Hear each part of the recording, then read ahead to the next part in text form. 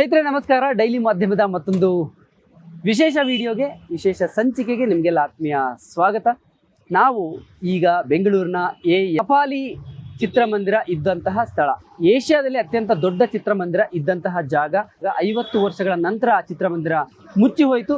ಚಿತ್ರರಂಗಕ್ಕೂ ಒಂದು ಆತಂಕ ಇತ್ತು, ಒಂದೊಂದೇ ಥಿಯೇಟರ್ಗಳು ಮುಚ್ಚಿ ಹೋಗ್ತಾ ಇದೆ ಮುಂದೇನು ಅನ್ನುವಂಥದ್ದು. ಆದರೆ ಕಪಾಲಿ ಥಿಯೇಟರ್ ಮುಚ್ಚಿದಂತಹ ಜಾಗದಲ್ಲೇ ಕಪಾಲಿ AMB ಸಿನಿಮಾಸ್ ತಲೆ ಎತ್ತಿದೆ. ಪಕ್ಕದ ಆಂಧ್ರ ಅಂದರೆ ಟಾಲಿವುಡ್ನ super star prince Mahesh Babu ಅವರು ಬೆಂಗಳೂರಿಗೆ ಬಂದು ಕನ್ನಡ ಸಿನಿಮಾದ ಕಾರ್ಯಕ್ಷೇತ್ರ ಗಾಂಧಿನಗರದಲ್ಲಿ AMB ಸಿನಿಮಾಸ್ ಅನ್ನುವಂತಹ ಒಂದು ಮಲ್ಟಿಪ್ಲೆಕ್ಸನ್ನು, ಅದ್ಧೂರಿಯಾದಂತಹ ರಾಯಲ್ ಆದಂತಹ ಒಂದು ಮಲ್ಟಿಪ್ಲೆಕ್ಸನ್ನು ಇಲ್ಲಿ ಕಟ್ಟಿದ್ದಾರೆ, ಅಂದರೆ ಸಿನಿಮಾಸನ್ನು ಮಾಡಿದ್ದಾರೆ. ಸೊ ಒಳಗಡೆ ಹೇಗಿದೆ, ಆ ರಾಯಲ್ ರಿಚ್ ಫೀಲ್ ಹೇಗಿದೆ, ಬನ್ನಿ ತೋರು.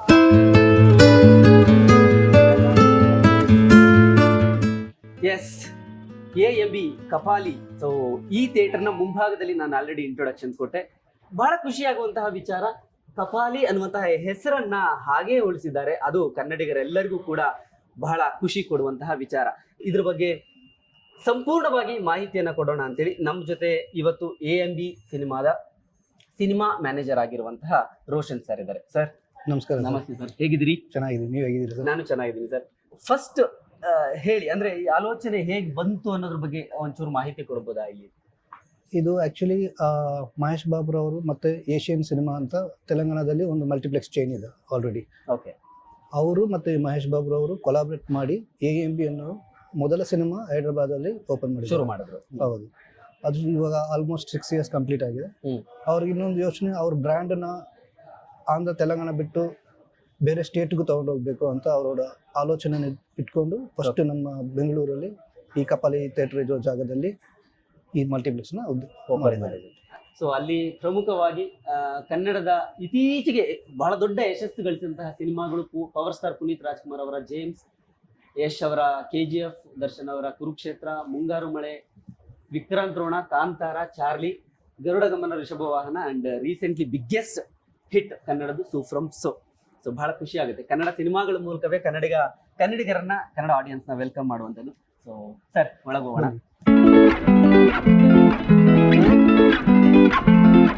ಸೊ ಇದು ಸುಮ್ಮನೆ ಒಂದು ಸಿನಿಮಾದ ಫೀಲ್ ಕೊಡ್ಲಿಕ್ಕೆ ಮಾಡಿದ್ರು. ಹೌದು ಸರ್.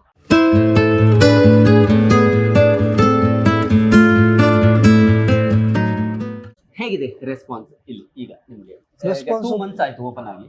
ಹೌದು ಸರ್, ಇದು ನಮ್ಮ ರೆಸ್ಪಾನ್ಸು ಚೆನ್ನಾಗಿದೆ. ಯಾಕಂದರೆ ನಿಮಗೆ ಗೊತ್ತಿರೋ ಪ್ರಕಾರ ಜನವರಿ ಆದಮೇಲೆ, ಸಂಕ್ರಾಂತಿ ಆದಮೇಲೆ ದೊಡ್ಡ ಕಂಟೆಂಟ್ಗಳು ಯಾವುದು ಬರಲಿಲ್ಲ ಇದುವರೆಗೂ.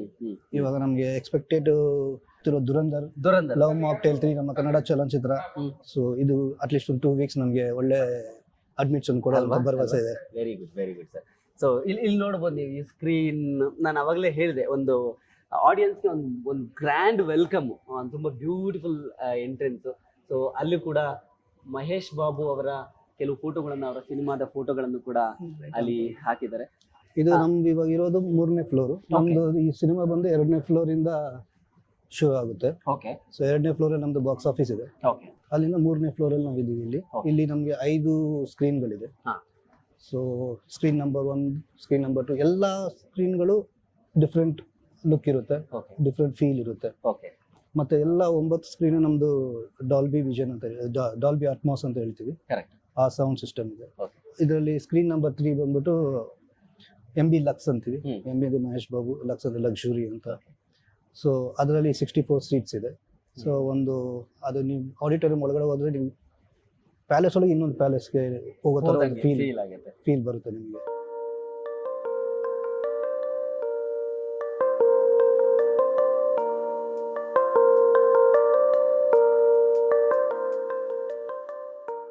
AMB ಆಕ್ಚುಲಿ ಈ ಸ್ಕ್ರೀನ್ ಇರೋದು, ಟೋಟಲ್ ಬಿಲ್ಡಿಂಗ್ ಇರೋದು 5 ಫ್ಲೋರ್ ಅಲ್ವಾ ಸರ್? ಹೌದು, 5 floor. 3rd floor and 5th floor ನಲ್ಲಿ ಸ್ಕ್ರೀನ್ಗಳಿದೆ. ಸೊ ನಾವಿರೋದು 3rd ಫ್ಲೋರ್. ಈ 3rd ಫ್ಲೋರ್ ನಲ್ಲಿ ಒಟ್ಟು 5 ಸ್ಕ್ರೀನ್ಗಳಿದೆ. ಅದರಲ್ಲಿ ಒಂದು AMB ಲಕ್ಸ್, ಸರ್ ಹೇಳಿದಾಗೆ ಲಕ್ಸುರಿ ಲಕ್ಸ್ ಅಂದ್ರೆ. ಸೊ AMB ಲಕ್ಸ್ 1 ಸ್ಕ್ರೀನ್ ಇದೆ, 4 ರೆಗ್ಯುಲರ್ ನಾರ್ಮಲ್ ಇದೆ. ಸೊ ಅಂಡ್ 5th ಫ್ಲೋರ್ ಅಲ್ಲಿ 4 ಸ್ಕ್ರೀನ್ ಇದೆ. ಸಿನಿಮಾ ನಾಯಕ ನಟರು ಈ ತರದೊಂದು ಆಲೋಚನೆಗಳನ್ನ ಮಾಡೋದಿದೆಯಲ್ಲ, ನೀವು ಸಿನಿಮಾಗಾಗಿ ಏನೋ ಒಂದು ಕಾಂಟ್ರಿಬ್ಯೂಟ್ ಮಾಡಬೇಕು ಅನ್ನೋದು, ಹೌದು, ದಟ್ಸ್ ವೆರಿ ರೇರ್. ಹೌದು, ಅದು ತುಂಬಾ ಆಲೋಚನೆ ತುಂಬಾ ನಟರಿಗೆ ಬರೋದಿಲ್ಲ. ಹಾ ಇವರು ಅದನ್ನ ಲೆಗಸಿನ ಹಾಗೆ ಮುಂದುವರಿಸಬೇಕು ಅಂತ ಯೋಚನೆ ಮಾಡಿ ಇದು ಮಾಡಿರೋದು. ಎಸ್ಪೆಷಲಿ ನನಗೆ ಅನ್ಸುತ್ತೆ ಸರ್, ತೆಲುಗು ಇಂಡಸ್ಟ್ರಿಯಲ್ಲಿ ಬಹುತೇಕ ಎಲ್ಲ ಹೀರೋಗಳು ಅಥವಾ ಎಲ್ಲ ಹೀರೋ ಕುಟುಂಬದವರು ಒಂದಲ್ಲ ಒಂದು ರೀತಿಯಲ್ಲಿ ಒಂದು ಸ್ಟುಡಿಯೋನು, ಥಿಯೇಟರ್ನು, ಮಲ್ಟಿಫಿಕ್ಸ್ ಸ್ಕ್ರೀನ್ಗಳನ್ನು ಎಲ್ಲದನ್ನು ಮಾಡಿದ್ದಾರೆ ಆಕ್ಚುಲಿ. ಹೌದು ಅಲ್ವಾ? ಹೌದು, ಇವಾಗ ನಮ್ಮ AMB ಅಂತೀವಿ, ಏಷ್ಯನ್ ಮಹೇಶ್ ಬಾಬು ಅವರಲ್ಲಿ ಆಲ್ರೆಡಿ ಇವಾಗ ಎ ಇದೆ, ಏಷ್ಯನ್ ಅಲ್ಲು ಅರ್ಜುನ್ ಅಂದ್ಬಿಟ್ಟು. ಆಮೇಲೆ ART ಇದೆ, ಏಷ್ಯನ್ ರವಿ ತೇಜ ಅಂದ್ಬಿಟ್ಟು. ಆಮೇಲೆ ಇನ್ನೊಂದು ದೇವರಕೊಂಡ ಜೊತೆ ಮತ್ತೆ ADT ಅಂತ ಇದು ಮಾಡ್ತಾ ಇದ್ದಾರೆ. ಸೊ ಅವರು ಎಕ್ಸ್ಪ್ಯಾಂಡ್ ಮಾಡೋಕೆ ನೋಡ್ತಾ ಇದ್ದಾರೆ. ಕಂಪ್ಲೀಟ್ ಅವ್ರಿಗೆ ಪ್ಯಾನ್ ಇಂಡಿಯಾದಲ್ಲಿ ಒಂದು ಬ್ರ್ಯಾಂಡ್ ಕ್ರಿಯೇಟ್ ಮಾಡಬೇಕು ಅಂತ ಯೋಚನೆ ಮಾಡಿ 5-6 ವರ್ಷದಲ್ಲಿ ಬೇರೆ ಬೇರೆ ಸ್ಟೇಟ್ಗಳಲ್ಲಿ ಓಪನ್ ಮಾಡಬೇಕಂತ ಪ್ಲಾನ್ ಮಾಡ್ಕೊಂಡಿದ್ದಾರೆ. ಎಸ್ ಸರ್, ಸಂಕ್ರಾಂತಿಗೆ ಓಪನ್ ಆಯಿತು 2026 ಜನವರಿ 16th ಓಪನ್ ಆಯಿತು. ಸೊ ಇಲ್ಲಿ 2 ತಿಂಗಳು ಎಕ್ಸಾಕ್ಟ್ ಆಗಿ ಆಗಿದೆ. ಎಷ್ಟು ಸಿನಿಮಾಗಳು ಬಂದಿದೆ ಇಲ್ಲಿ ಈ ನಿಮ್ಮ ಇದರಲ್ಲಿ? ಸುಮಾರು ಸಿನಿಮಾಗಳು ಬಂದಿದೆ ಸರ್. ನಿಮ್ಗೆ ಗೊತ್ತಿರೋ ಬಗ್ಗೆ ಸಂಕ್ರಾಂತಿ ಟೈಮಲ್ಲಿ ಮಹಾಶಂಕರ ವರಪ್ರಸಾದ್ garu ರಿಲೀಸ್ ಆಗಿತ್ತು. ಅದ್ರ ಜೊತೆಗೆ ಅನಗನಗೋ ಕರೋಜು. ಕನ್ನಡದ ಸುಮಾರು ಸಿನಿಮಾಗಳು ರಿಲೀಸ್ ಆಗಿದೆ. ಲ್ಯಾಂಡ್ ಲಾರ್ಡ್ ರಿಲೀಸ್ ಆಯಿತು. ಇಲ್ಲಿ ಮತ್ತೆ ನಾವು ಅನೇಕ ಸಿನಿಮಾಗಳ ಟೀಸರ್ ಲಾಂಚ್, ಟ್ರೈಲರ್ ಲಾಂಚ್ ಎಲ್ಲ ಇವಾಗ ಕನ್ನಡ ಸಿನಿಮಾಗೆ ಏನೇನು ಕಾರ್ಯಕ್ರಮ ನಡೀಬೇಕಾಗಿರೋದು ಎಲ್ಲ ಕಾರ್ಯಕ್ರಮ ಇಲ್ಲೇ ನಾವು ಮಾಡ್ತೀವಿ. ಮೊನ್ನೆನೂ ಸೆಲೆಬ್ರಿಟಿ ಶೋ ಪ್ರೆಸ್ ಮೀಟ್ ಕೂಡ ಮಾಡಿದ್ರು ಅಂಡ್ ಲವ್ ಮಾಕ್ಟೇಲ್ 3 ಒಂದು ಸೆಲೆಬ್ರಿಟಿ ಶೋ ಕೂಡ ಮಾಡಿದ್ರು. ಹೌದು, ಸೊ ಸಿನಿಮಾದವರಿಗೆ ಒಂಥರ ಮೇನ್ ಹಬ್ ಆಗಿದೆ ಇದು. Okay, so MB lux screen ನಲ್ಲಿ ನಾವಿದ್ದೀವಿ. ಸೊ ಇದು ಸರ್ ಹೇಳಿದಾಗೆ ಇದೊಂಥರ ತುಂಬಾ ಲಕ್ಸುರಿ. ಲಕ್ಸ್ ಅಂದ್ರೇನೆ ಲಕ್ಸುರಿ. ಸೊ ಇಲ್ಲಿರೋ ಎಲ್ಲಾ ಸ್ಕ್ರೀನ್ಗಳಲ್ಲಿ ಇದು ಲಕ್ಸುರಿ ಸ್ಕ್ರೀನ್. ಸೊ ನಾವು ಅದ್ರೊಳಗಡೆ ಹೋಗೋಣ. ಹೇಗಿದೆ ಸೀಟಿಂಗ್ ವ್ಯವಸ್ಥೆ, ಸೊ ಆಡಿಯನ್ಸ್ ಇದನ್ನ ಹೇಗೆ ಫೀಲ್ ಮಾಡ್ತಾರೆ, ಅದ್ರ ಬಗ್ಗೆ ಸರ್ ರೋಷನ್ ಸರ್ ಇಂಟ್ರೊಡಕ್ಷನ್ ಕೊಡ್ತಾರೆ, ಅದ್ರ ಬಗ್ಗೆ ಮಾಹಿತಿಯನ್ನ ಕೊಡ್ತಾರೆ.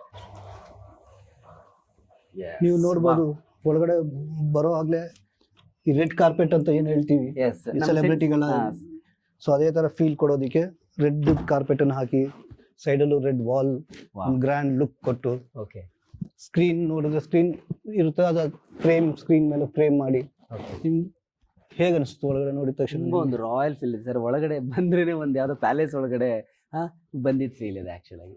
ಈ ಆಡಿಟೋರಿಯಂ ಕಂಪ್ಲೀಟ್ ಡಾಲ್ಬಿ ಅಟ್ಮಾಸ್ ಆಗಿದೆ. ಓಕೆ, ನೀವು ನೋಡ್ಬೋದು ಮೇಲ್ಗಡೆ ಸ್ಪೀಕರ್ಗಳಿರುತ್ತೆ, ಸೈಡಲ್ಲಿ ಸ್ಪೀಕರ್ಗಳಿರುತ್ತೆ. ಒಂದು ರಿಚ್ ಫೀಲ್ ಕೊಡೋದಕ್ಕೆ ಶ್ಯಾಂಡ್ಲಿಯರ್ಸ್ ಮೇಲ್ಗಡೆ ಇದೆ. ಎಕ್ಸಾಕ್ಟ್ಲಿ, ಶ್ಯಾಂಡ್ಲಿಯರ್ಸ್ ಆಕ್ಚುಲಿ ಇದರ ಇಡೀ ನಿಮ್ಮ ಸ್ಕ್ರೀನ್ಗಳು ಎಲ್ಲಾ ಸ್ಕ್ರೀನ್ಗಳಿಗೆ ಒಂದು ಗ್ರ್ಯಾಂಡ್ ವೆಲ್ಕಮ್ ಲುಕ್ ಕೊಡುತ್ತೆ, ಮತ್ತೆ ಆಡಿಯನ್ಸ್ಗೂ ಕೂಡ ಬರುವಾಗ ಒಂದು ಫೀಲ್ ಕೊಡುತ್ತೆ, ವಾವ್ ಅಂತ ಒಂದು.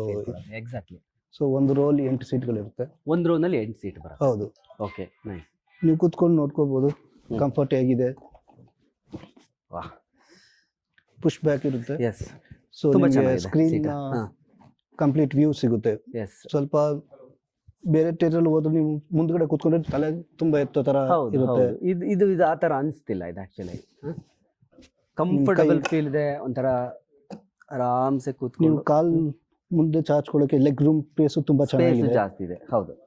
ಆಮೇಲೆ ನೀವು ಏನೋ ಸ್ನಾಕ್ಸ್ ಗೀಕ್ಸ್ ಆರ್ಡರ್ ಮಾಡ್ಕೊಂಡು ಅದನ್ನ ಕ್ಲೀನ್ ಆಗಿ ಇಟ್ಕೊಂಡು, ಹೌದು, ಸ್ಪೇಸ್ ಏನು ಡಿಸ್ಟರ್ಬೆನ್ಸ್ ಇಲ್ಲದೆ. ಹೌದು, ಅದಕ್ಕೊಂದು ಸ್ಪೇಸ್ ಕೊಟ್ಟಿದ್ದೀರಾ. ಆಮೇಲೆ ಒಂದು ಲ್ಯಾಂಪ್ ವ್ಯವಸ್ಥೆ ಇದೆ. ಅಂದ್ರೆ ಇದು ಸುಮ್ಮನೆ ಒಂದು ಲುಕ್ಕಿಗೋಸ್ಕರ ಮಾಡಿರೋದು.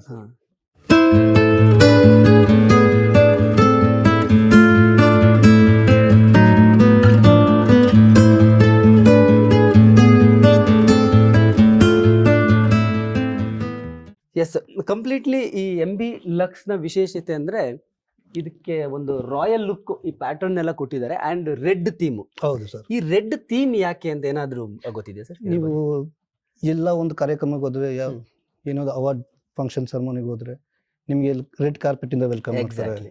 ಸೊ ಅದನ್ನ ಮನಸ್ಸಲ್ಲಿ ಇಟ್ಕೊಂಡು ರೆಡ್ ಥೀಮ್ ಅಲ್ಲಿ ಇದನ್ನ ಮಾಡಿರೋದು. ಇಲ್ಲಿ ನೋಡಿ, ಇದೆಲ್ಲ ವೆಲ್ವೆಟ್ ಇದ್ರಲ್ಲಿ ಮಾಡಿದ್ದಾರೆ ಅಂಡ್ ದಿಸ್ ಪ್ಯಾಟರ್ನ್ ಒಂದು ರಾಯಲ್ ಲುಕ್ ಕೊಡುತ್ತೆ. ಎಲ್ಲ ಈ ಸ್ಕ್ರೀನ್ ನ ಎಲ್ಲ ವಾಲ್ಗೂ ಕೂಡ ಮಾಡಿದ್ದಾರೆ ಅಂಡ್ ನೀವು ಸ್ಕ್ರೀನ್ ನೋಡ್ಬೋದು. ಬಹುಶಃ ಸ್ಕ್ರೀನ್ಗೂ ಕೂಡ ಫ್ರೇಮ್ ಮಾಡಿದ್ದಾರೆ, ಗೋಲ್ಡನ್ ಫ್ರೇಮ್. ಎಸ್, ಅದು ನಮ್ಮ ಸಿನಿಮಾಗೆ ಸೂಟ್ ಆಗೋ ತರ. ಸಿನಿಮಾ ಅಂದ್ರೆ ಒಂದು ಗೋಲ್ಡನ್.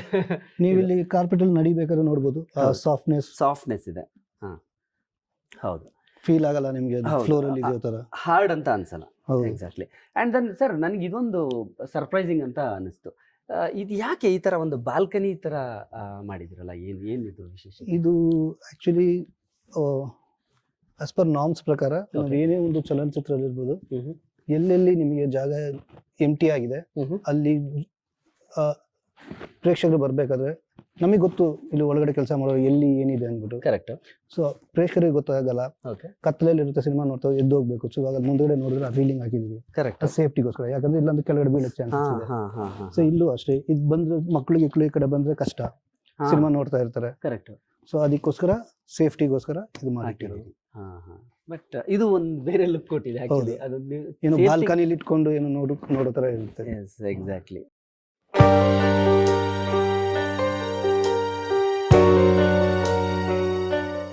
ಎಸ್ ಸರ್ ಹೇಳಿದ್ರು, ಅಂದರೆ ಇದು ಸೇಫ್ಟಿಗೆ ಹಾಕಿದ್ದಾರೆ, ಬಟ್ ಸ್ಟಿಲ್ ಇದು ಒಂಥರ ಈ ಬ್ಯಾಲ್ಕನಿಯಲ್ಲಿ ನಿಂತ್ಕೊಂಡು ಎಲ್ಲ ಆಡಿಯನ್ಸ್ನ ಇಲ್ಲಿಂದ ನೋಡ್ಬೋದು ಆ ಥರ ಕಾಣಿಸುತ್ತೆ. ಒಂದು ಕಪಾಲಿ ಥಿಯೇಟ್ರಲ್ಲಿ ಮೊದಲು ಸಾಕಷ್ಟು ಸಿನಿಮಾಗಳನ್ನ ನೋಡಿದ್ದೀವಿ, ದೊಡ್ಡ ದೊಡ್ಡ ಸಿನಿಮಾಗಳು ನೋಡಿದ್ದೀವಿ. ಓಮ್ ಸಿನಿಮಾನು ಕೂಡ ರಿಲೀಸ್ ಆದಾಗ ಕಪಾಲಿ ಥಿಯೇಟ್ರಲ್ಲಿ ನೋಡಿದ್ದೆ.